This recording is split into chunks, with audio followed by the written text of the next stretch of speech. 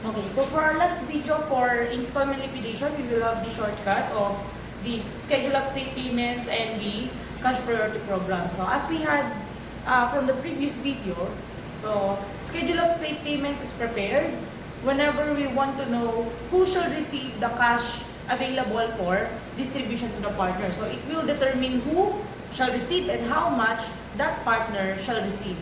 In cash priority program, we are we can determine who shall receive if there is available cash, but without the knowledge of how much cash is available for distribution, it will not tell you how much will each partner receive at the end of each liquidation process. Now, I have this third solution to the installment liquidation wherein you will know all of those questions that can be answered by both schedule of safe payments and cash priority program. So it starts the same with how we do it on the lump sum liquidation. So we start with the net interest.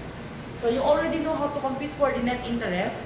So to compute for it, so you have to combine your capital, the partner's capital account, and the capital and the partner's loan balances. So ulitin ko lang, kapag meron loans receivable si partnership, it means that the partnership is the one na nagpaluwal, no, para dun kay partner. Ibig sabihin, since si partner yung totoong may utang, that loan receivable must be deducted from the partner's capital balance. However, if it is the otherwise, or loans payable siya recorded on the part of the partnership, it means the partnership owes the partner.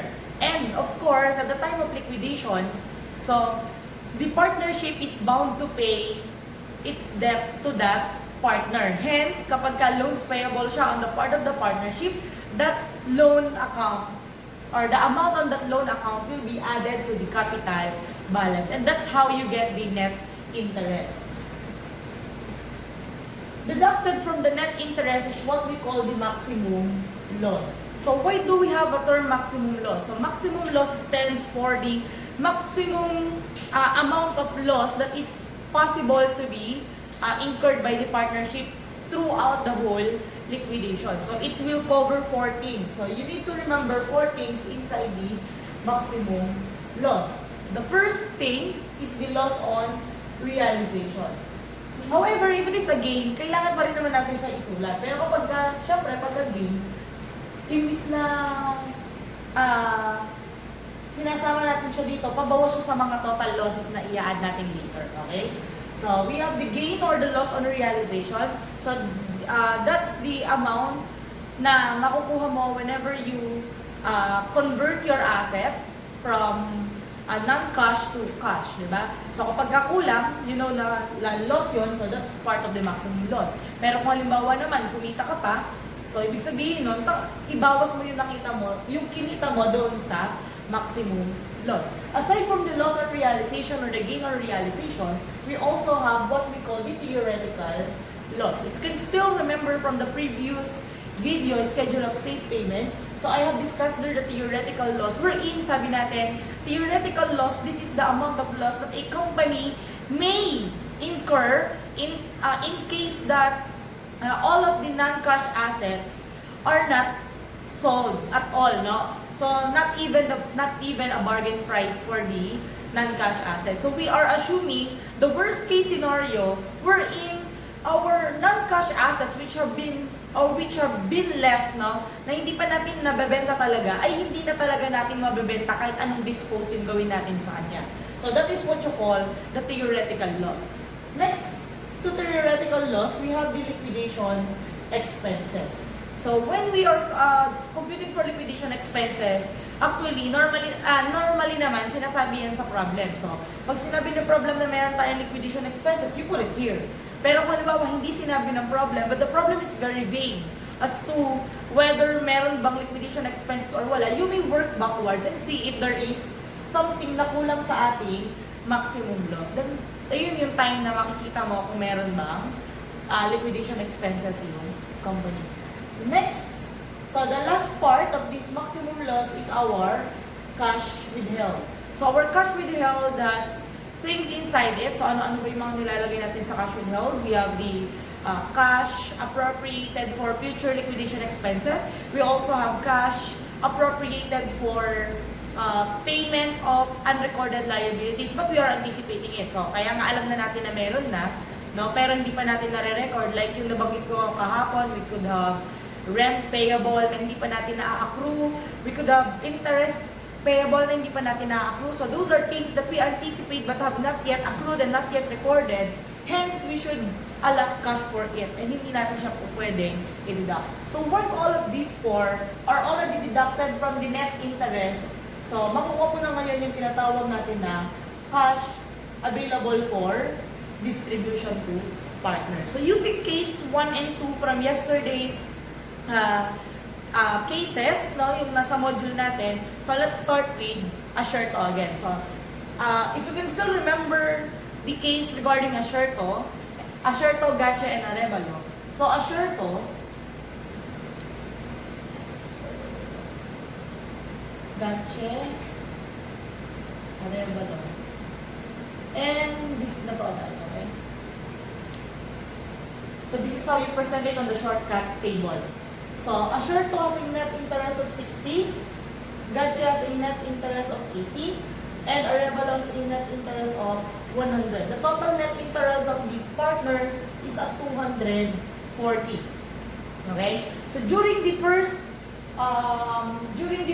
year, or during the first installment, so they sold non-cash assets, and okay, so they sold a book value of 160 non-cash assets. The total non-cash assets before the liquidation is at 310. Okay? So, meron pa tayong natitirang theoretical loss dito na later, no? So, for this table, for installment number 1, this considers theoretical loss. The book value of 160,000 was sold only for how much? So, it was sold for 130, thereby incurring 30,000 loss. So, from our ML, so we already have 30. The theoretical loss is at 150. There were no liquidation expenses and no cash withheld. Since wala naman tayong ibang data to know kung makakapag-work backwards tayo, to know kung meron ba tayong missing items, no, like liquidation expenses or cash withheld. So, we'll stick with the maximum loss at 180,000 pesos. Okay, so for case 1, the problem is stated that the profits and losses are to be divided equally. Hence, 30 and 150, that is a total of 180 divided by the 3 partners. So, each of them will share a loss of 60. Okay?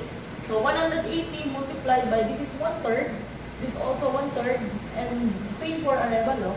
So, 180 multiplied by 1/3, this is 60, this is 60, this is 60 also.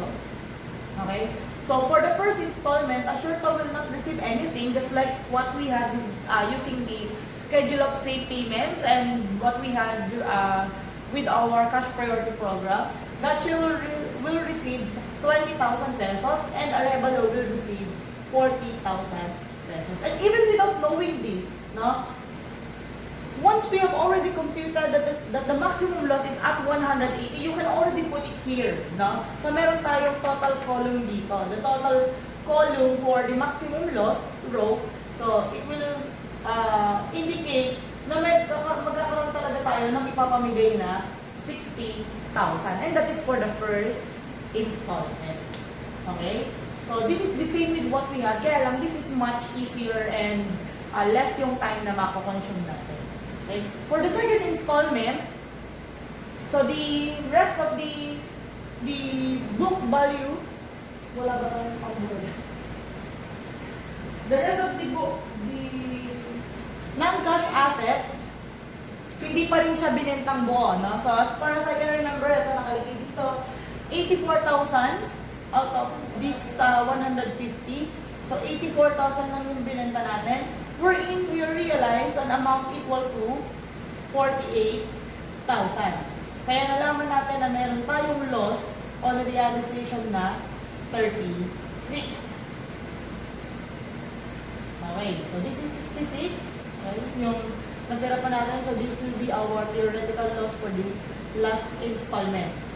So, paano naman yung gagawin natin dito? So, if you do not want to go through the first installment and the question already started on the second installment, pwede mo nang gawin na pagsamahin mo na agad kung ano yung nangyari ng first and second installment. Kasi diba, if you can still remember our schedule of safe payments, ang ginagawa kasi natin is, hindi ka makakapaggawa ng schedule ng second installment hanggat hindi ka natatapos dun sa schedule mo ng first installment. Because what you do there, no, after getting the interest, after getting the net interest of the partners, no, after deducting the loss on realization, and the liquidation expenses, the obsolete goodwill, the obsolete patent, the obsolete prepaid expenses, and all those other losses that we cannot get anymore, that we cannot get back anymore, no. So after getting that, kukunin mo yung net interest na yun, then i-minus mo kung magkano na yung na-receive mo from the previous payment, so from the previous distribution. But in here, pwede mo nang idiretso, you start again with your net interest. Okay? So your net interest will stay this way. So try natin gawin yung second installment and let us see kung pareho ba yung lalabas. No? So, our target here is to get the amount of the, to get the proper result without going through the first installment. So, we start again with the net interest wherein it is computed by combining the capital and the loan balances. Okay? So, for the first one, the gain on realization is, or the loss on realization is at 30. Okay? That's already given. The loss on realization is 36 at the second installment. Okay? So, all in all, meron tayong gain on realization na 66.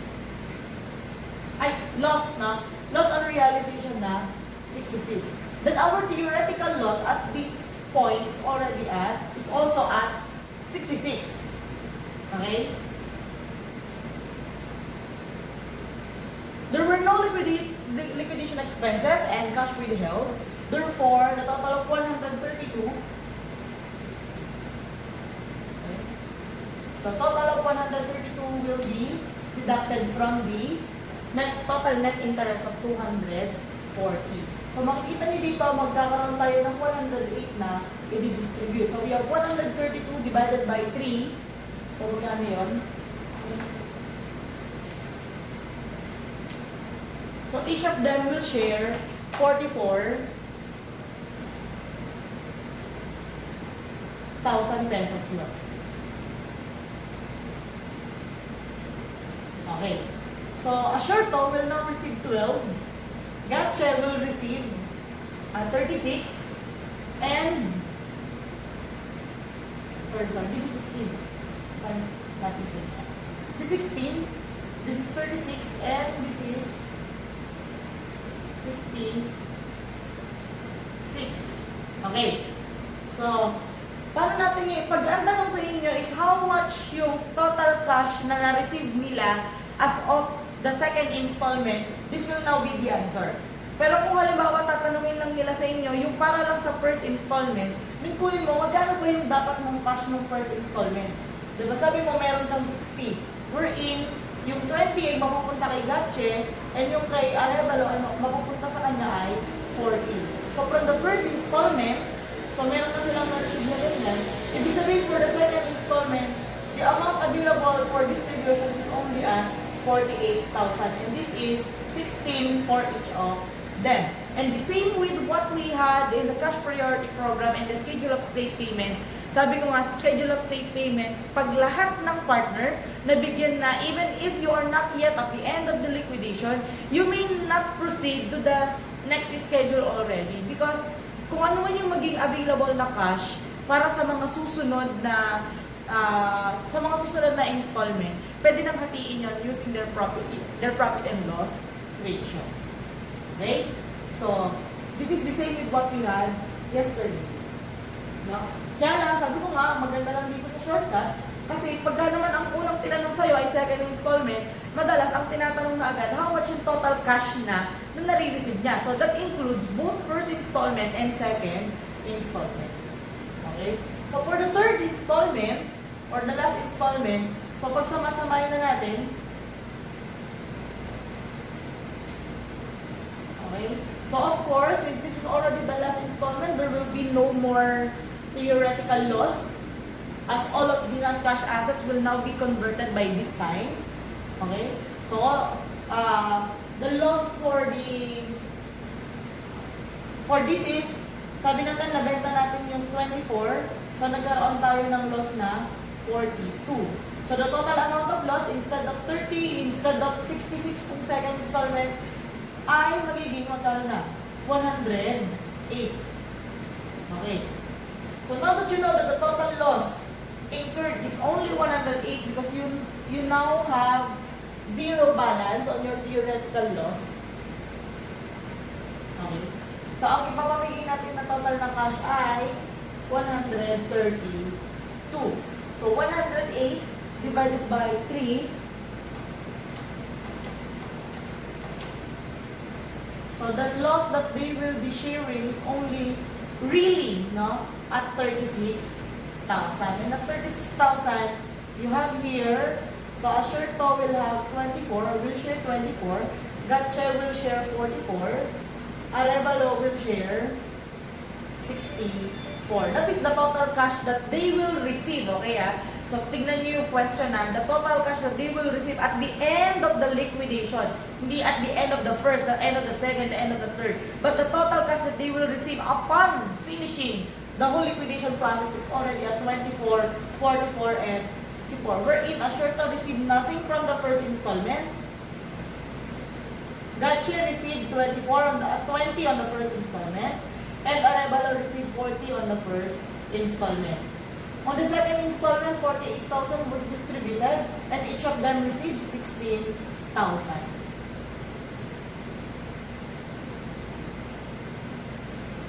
Okay. Ibig sabihin, on the third installment alone, so magkano na talaga yung ma-receive niya? So this will be 8, 8, and 8. So all of them will receive 8,000. And this is the same with what we had from the previous videos using the two other methods of computing for installment liquidation. Okay? So now let's proceed to the next case. The next case is regarding Jeff, Ireel, and Ruby's partnership, wherein their profit and loss ratio are not divided equally but rather divided into 4:3:3 ratio. And in this case, their capital is not the same with their interest, as Ruby has an outstanding loans receivable from the partnership. Hence, her capital interest or her capital balance of 125 will be increased by the 10 balance. No? So from 125, it will now become 135. So we have here JIR, we share profits and losses into 4:3 ratio. So this is the total. Okay. So you have here our net interest and this is our ML. Ano nga ulit yung laman ng ML? Apat yan. We have loss or gain on realization. We have the theoretical loss. We have the liquidation expenses and also the cash withheld. For this case, there are no given again regarding the liquidation expenses and the cash withheld. So leaving us 0 here and leaving us with theoretical loss and loss on realization for this month. Okay. So for this, ang given naman natin, no? So si Jeff, magkano ang kanyang capital? So he has 100,000. Ireel has 112,500. And Ruby, no, being increased by 10,000 pesos, will have a net interest of 135. So how much is the total interest of our partner? So we have 347,500. So we'll start with here. On the first installment, so there are two installments only. On the first installment, out of the 480 non-cash assets, okay? So 300 were sold. Okay? And meron tayong matitirang theoretical loss na 180 for the first installment. These 300 pesos was sold for 215 only, thereby incurring a loss of 85. So we have here loss on realization of 85, and we have theoretical loss of 180. Okay? So the total loss is at 265. So with this given only, no, given this thing and the net interest and the profit and loss sharing ratio, you can already know how much cash is distributed on the first installment, di ba? So makukuha na natin to. Basta naman meron ka nang masosolve, either horizontally or vertically. So wala ka nang magiging problema kasi magdidire-diretso na yan. Kasi ang kailangan mo lang din malaman, paglaruan yung table. Itong ML mo, paano mo ito hinahati-hati? Total, gamitin, multiply mo sa kanilang sharing ratio. Then ito, may sasolve ka dito, pwede mo nang malaman na ito, no? Yung sabihin, ang pinamigay mong pera ay 82,500. Kahit hindi ko pa nalaman at kahit hindi ko pa sinolve yung cash beginning plus realization minus liquidation expenses minus cash withheld minus liabilities paid, di ba? Wala na tayong sinosolve na gano'n. But just knowing the total net interest and the total maximum loss, you can already know how much your money, no, is to be, how much of the partnership's cash is to be distributed to all the partners. So, para malaman natin yan kung magkano dito yung mapupunta sa kanila, remember that this is cash. So, cash is not distributed using the profit and loss ratio, no? Kaya nga profit and loss ratio, ibig sabihin, gagamitin mo lang siya na ratio pag ang hahatiin mo ay profit and loss lang. Ano lang ang exemption natin? Kapag ka sa schedule of say payments, lahat sila ay nabigyan na. Okay? Pag lahat sila nabigyan na, automatic, yung cash, pwede mong gamitan. Exception lang yan. And exception number 2 is when the cash priority program already had equal priorities for all of the partners. So pag nalaman mo na yung yung loss absorption balance ng lahat ay equal na, so equal na sila eh. So bakit ba magkakaroon ng priority? Ibig sabihin, lahat sila dapat nang makareceive ng cash. And that cash, since inequal na nilang kanilang absorption balances, ay pwede nang gamitan ng profit and loss ratio. But using the shortcut, never ever use the profit and loss ratio now by multiplying it to the cash available for distribution. Always remember the purpose of the profit and loss ratio. That's for the profit and for the loss, and not for the cash. It's not a cash ratio, okay? So 265, let's go back here. 265 multiplied by 40%. Okay. So Jeff will share 106 here. Okay. 106. The two other partners will share 79.5.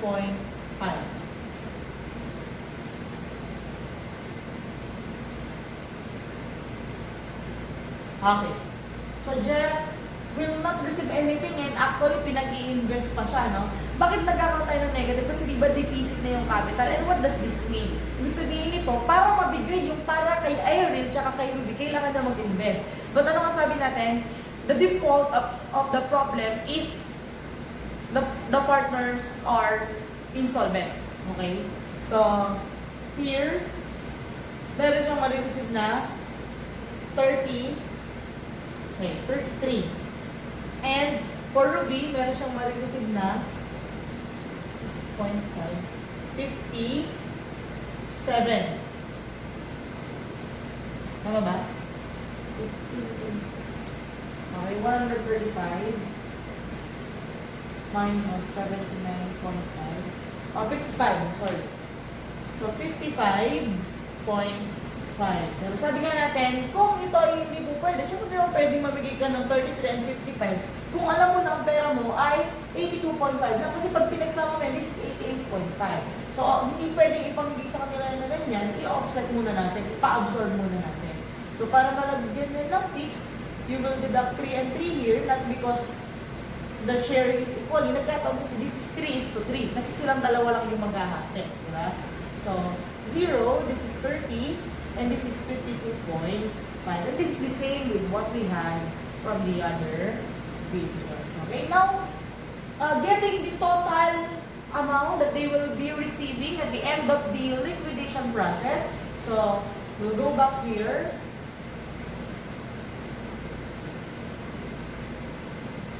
Okay.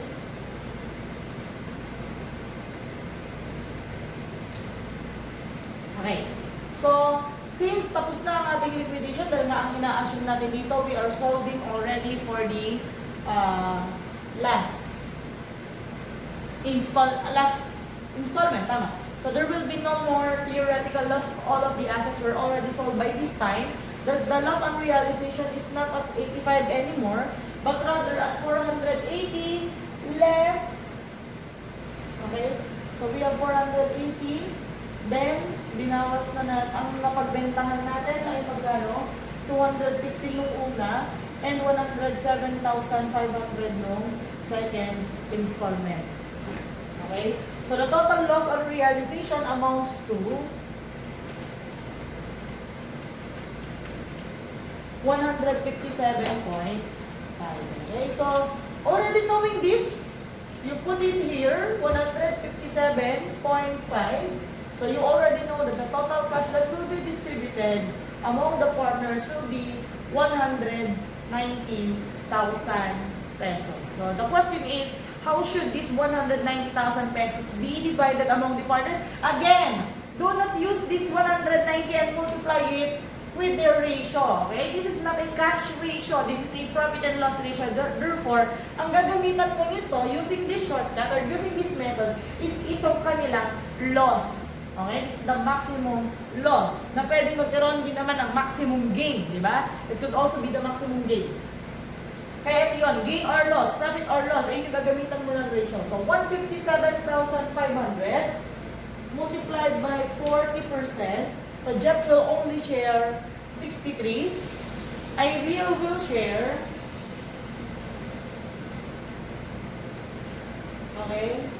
So, Ireel and Ruby will both share 47,250.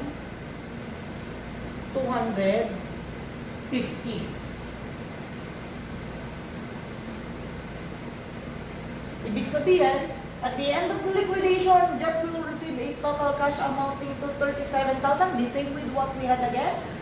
For Ireel, she will receive, okay, 65.25. And for Ruby, she will receive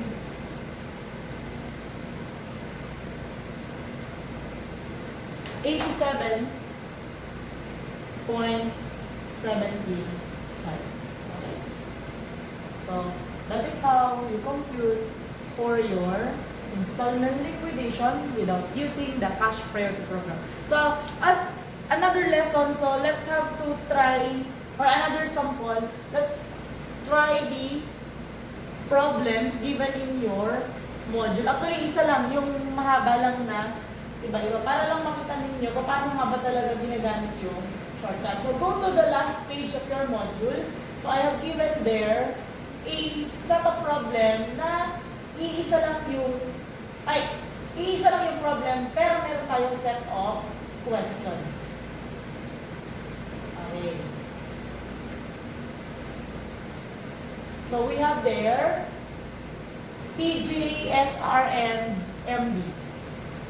To share profits and losses. So, we have here TJ,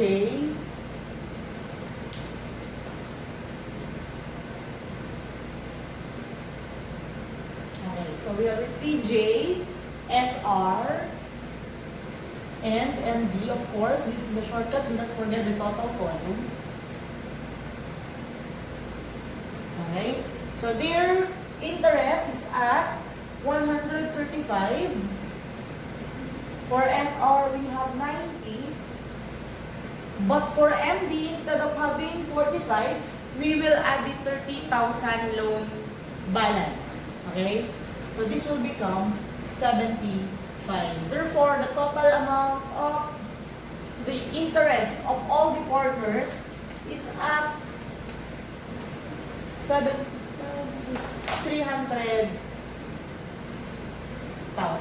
So, eto na ngayon, papakitaan ko na kayo, paano pag incomplete yung given? Kanina kasi, kaya yun lahat ng problem na yun ay solvable using the schedule of safe payments and the cash priority program.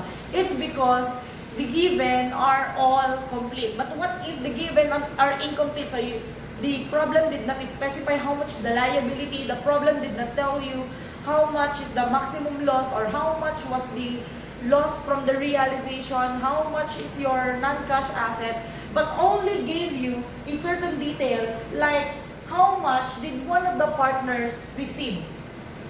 Okay? So, like this. Question number 1. If MD received 27,000 on the first distribution of cash, what was the amount of cash realized from the initial sale of assets? So, you know that you're, oh, sorry, meron pala tayong loan to SR. So, loan to SR, 15. So, this should be 75 also. Sorry. And this will be 285. Sorry. So, we have a non-cash asset of 390. Pero hindi sinabi magkano nabenta, hindi sinabi magkano yung loss natin. Without knowing how much is the loss and realization, how can you proceed to this one? So, tignan nyo pa kung may isa siyang ibibigay na given. Like this. So, MD received 27,000 on the first installment. So, lagay mo dito. Ang na-receive daw na cash ni MD on the first installment is at 27. So, kung 27 to, ang tanong niya ngayon, how much was realized from the sale of the assets, okay? On the initial sale of assets. So, ang gagawin natin dyan, you look, meron ka bang isosolve horizontally? Wala pa, kasi kumpleto sila. Vertically, meron ka bang isosolve? Eto, pwede mong kunin yung difference nila. Okay? So, what's the difference? From 75, with 75 interest, MD only received 27,000. Ibig sabihin, kung 27 lang ang pinareceive sa kanya, 48,000 is actually a loss that she shared. Okay? So, meron ka na ngayon dito. What's the next step? Alamin mo ngayon, paano ba ang hatian nila ng profit and loss? Kasi ito, kailangan talaga ito ng given. So, we have here 3 is to 5 is to 2, or 30 is to 50 is to 20. Sabi mo, 48 yung share niya. Ang share niya. To say na 20% lang, or 20% lang yung share niya sa total. So, di ba dati ang ginagawa natin, whatever the maximum loss, you multiply it here, you will get this. Now that you have this, and this, pero this is missing, so you can do 48,000 divided by 20%. So, 48 divided by 20%, it means that the total loss shared by all the partners is 240.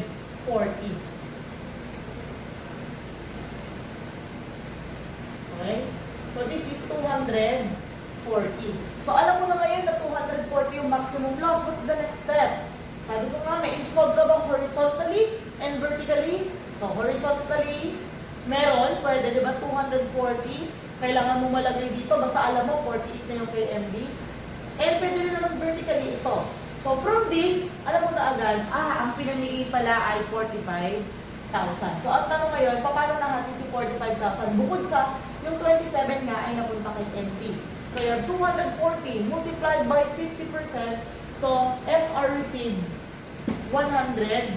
Ito na ngayon ang problema. So, 240 multiplied by 30%. So, TJ will receive 72. Okay?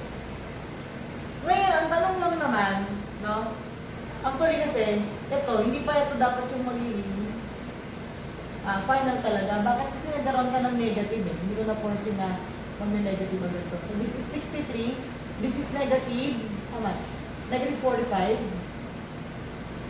Tama ba? Okay? So that's correct. Negative 45 and 27. So from this, alam mo na ang ipapamigay talaga ay dapat at 27 and at 63. Pero, yung 45 na to, dapat to, net na, kasi sabi niya na-receive niya na to eh.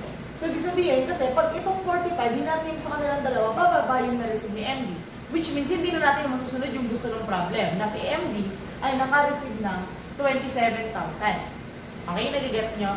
So, what you will do here is you will note that TJ must receive 63 when MD must receive 27. After, okay, that must be after absorbing the loss from SR. Okay? So now, what you will do is combine this. So this should be 90. Ibig sabihin pala, hindi pala talaga tama na 45 yung ipinamigay lang na cash. Kasi ang totoong ipinamigay ay 90.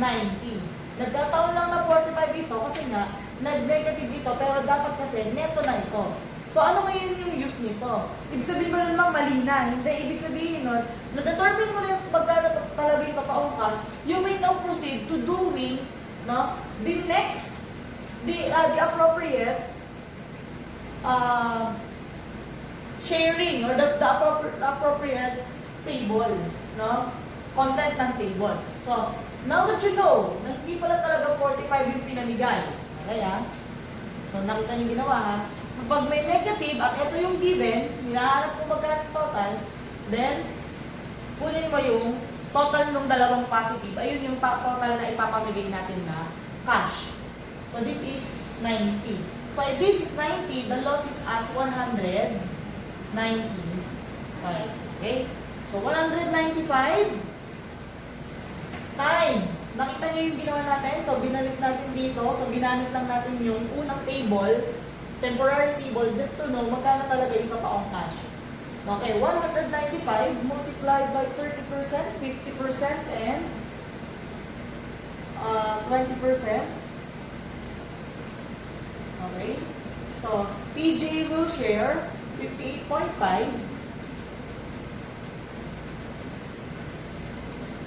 Okay, SR will share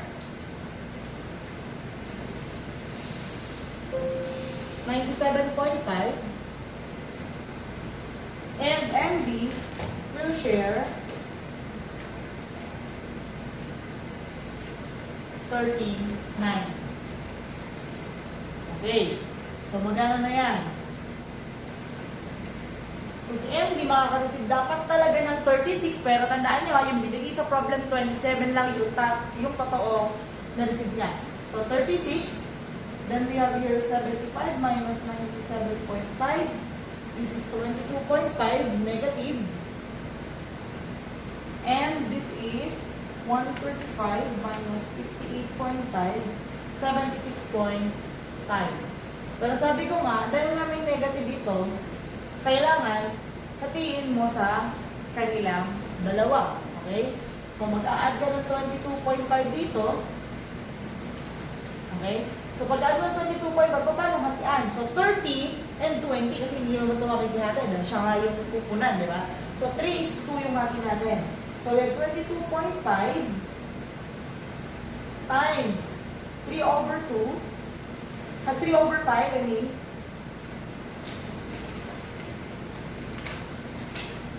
So, this will share 13.5. Kailangan naman tayong pinta. So, we'll share 13.5. And, ito, si MD ay mag-share ng 9,000. Kaya, at the end of the first liquidation, so meron tayong si TJ makaka-receive ng 63, which is ito yung na-compute natin kanina from the temporary table that we created. So, ito ay 0. Then, si MD ay makaka-receive ng 27. So, sabihin, tama nga, ng total na ipapamigay talaga natin ay 90. So, now na nagtali-tali na lahat yan, okay? So, ang tanong niya ngayon ulit ay magkano nga ba natin nabenta how much was the amount of cash to realize from the initial sale of assets? Okay? So, we can conclude that having a loss of 195, okay? So, 390 yung ating non-cash asset, nabenta natin nung nagkaroon tayo ng problema, no? Nagkaroon tayo ng nung nag-liquidate tayo, nagkaroon tayo ng 195 na loss, ibig sabihin, magkano natin nabenta yung ating assets? 390 minus 195. So, nabenta natin siya na 195 pesos. Nagkataon lang yan, ha? Ito talaga yan, hindi ito yung kinuha natin sila. Ibig sabihin, the selling price is at 195. Ang binenta nating book value ay 390, no? Kaya nagkaroon tayo ng loss on realization na 190. So, kung nakita nyo, no? Ang binigay lang naman sa atin ay ito, at saka ito, then sinabi lang na 27 yung ending. So, kailan mo lang gagamitin na magbura ulit ng table or gumamit ng temporary table? Kapag ang binigay sa'yo ay yung total na binigay na sa isang partner, tapos may isang partner na nag-negative. So, syempre, dahil ito na talaga yung binigay di ba? Hindi naman sinabi na 27 yung na-compute, pero babawasan pa kasi mag-a-absorb pa ng loss. Hindi Ang sabi niya kasi dyan, MD received 27. So, ito yun. Ibabalik mo na, ito pala talaga dapat. Pero dahil nag-absorb siya, 27 yung kanyang na-receive. Okay? Now, let's go to the second problem. The second question. So, brain lang natin ito.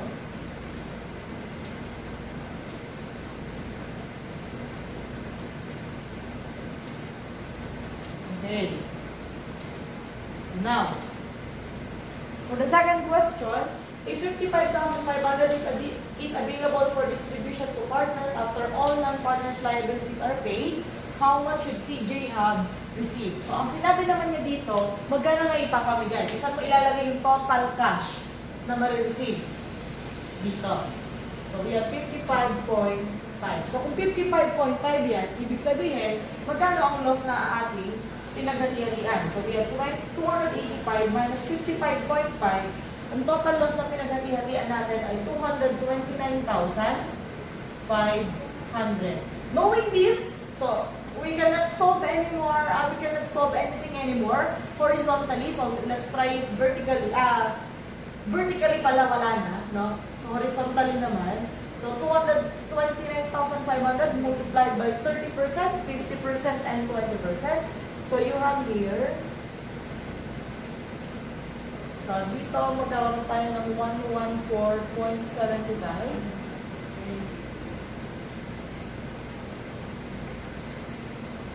Meron tayo 68.85.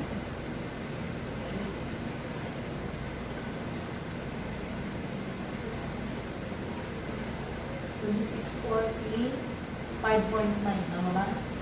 229.5 times 0.8. So, 45.9.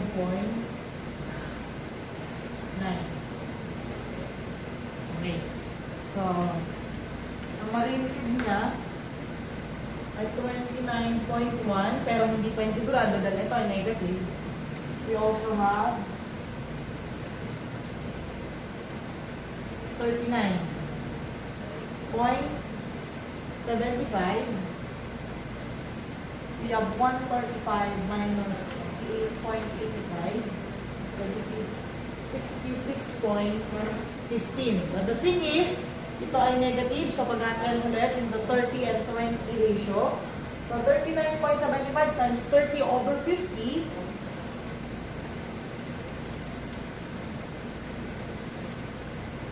So this will share 23.85. And this will share 15.9. Okay? So, that's a total of 39.75. So, ang kapupuntahan ng 55,500 natin ay 13.2 para kay MD, or 13,200 para kay MD, wala para kay SR, at 42,300 para kay TJ. Okay? Kaya pag sila mo yan, 42,300 and 13,200, the answer is 55,500, which is also the given. Okay? Next, do we still have question? Okay, so ulit-ulit na lang tayo doon. For 3 and 4, you may do it on your own. And you may also answer again the assignments that we had para lang ma-check ninyo kung saan part nga ba kayo nagkamali before. As far as I can remember, there is that one problem na ganito yung given. So, incomplete data yung given. Tapos, pinapahanap niya magkano yung total cash na na-distribute sa partner. So, gagawin mo yung merong temporary table na na-discuss na. Okay? So, this is the shortcut. You practice more problems from Dayag, from Guerrero, from the Balyada that we have. Okay? So, yung mga reviewer natin dyan ng partnership liquidation. So, hoping na at the end of this video, and after learning something from this video, so, ma-master mo yung technique. Okay? So, pag ito na yung binigay, tapos alam mo yung loss on realization, alam mo yung theoretical loss, baka naman merong nawawala dito. So, pwedeng dito yung tanong. Basta nakuha mo to, okay? Pag nakuha mo yan, minus ka lang dyan. Malalaman mo na. Kasi alam mo naman na yung 229,500, ang laman lang yan ay 4. Okay? So, kung alam mo yung tatlo, kung ano yung kulang, ayan yung isa. Pero kung halimbawa, sakto na sa tatlo, sabihin, 0 talaga yung isa. So, practice more problems as yun lang talaga yung makakatulong para ma-master nyo yung lesson. Tomorrow, you will have an exam only on lump sum liquidation, not on installment liquidation plan. Okay. See you!